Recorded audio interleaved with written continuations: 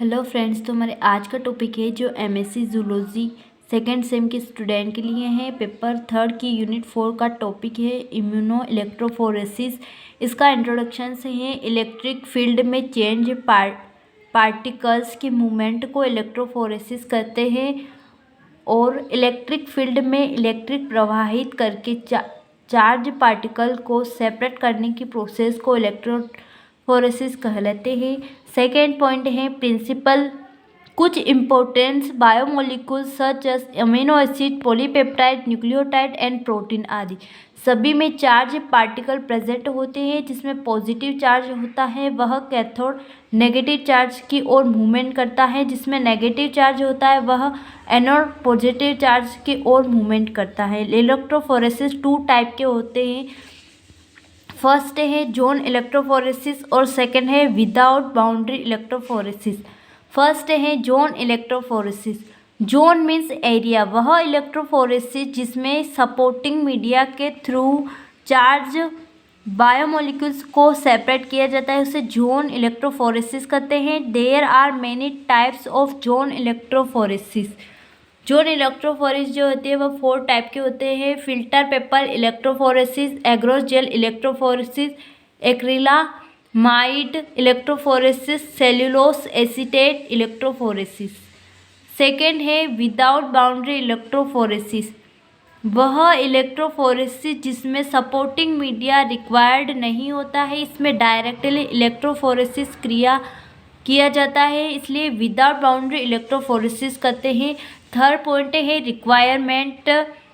Container, deionized water, agarose powder, powder supply, electrode, anode and cathode, supporting media, agarose gel, casting tray, comb, loading dye, bromoglycerol, buffer tank, buffer solutions, aliquots, sample fixative glycerol.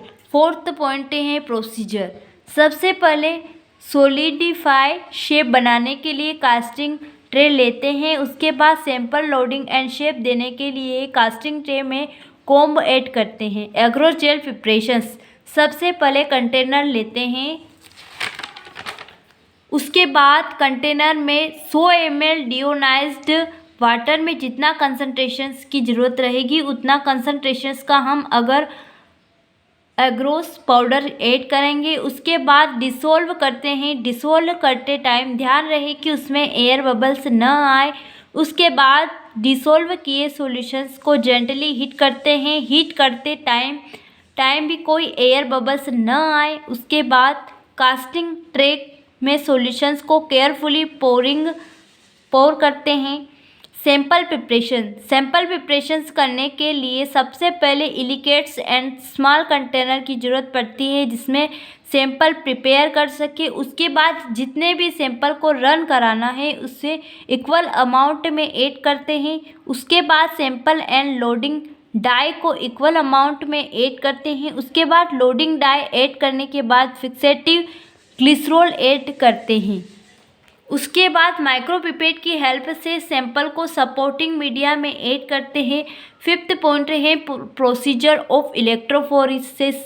सबसे पहले clean and dry instrument लेते हैं, उसके बाद cathode and anode 2 electrode add करते हैं। उसके बाद supportive media agarose jail add करते हैं। उसके बाद बफर टैंक में बफर सॉल्यूशंस को मीडिया में टच हो ऐसा फिल करना है। उसके बाद सारे सैंपल को केयरफुली लोड करते हैं, फोर्सफुली ऐड नहीं करना चाहिए। देन स्विच को ऑन करते हैं।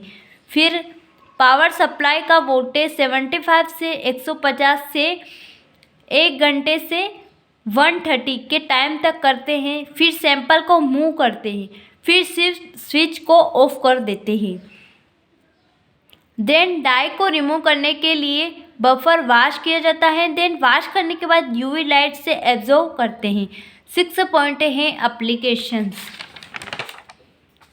Separations of organic acid, alkaloids, carbohydrates, amino acid, alcohol, phenol, nucleic acid, insulin, इन सभी चीज़ों में इलेक्ट्रोफोरेसिस का यूज़ होता है। Protein research purifications, agricultural testing, medical research in food industry, HB synthesis, RNA synthesis, agarose gel, electrophoresis.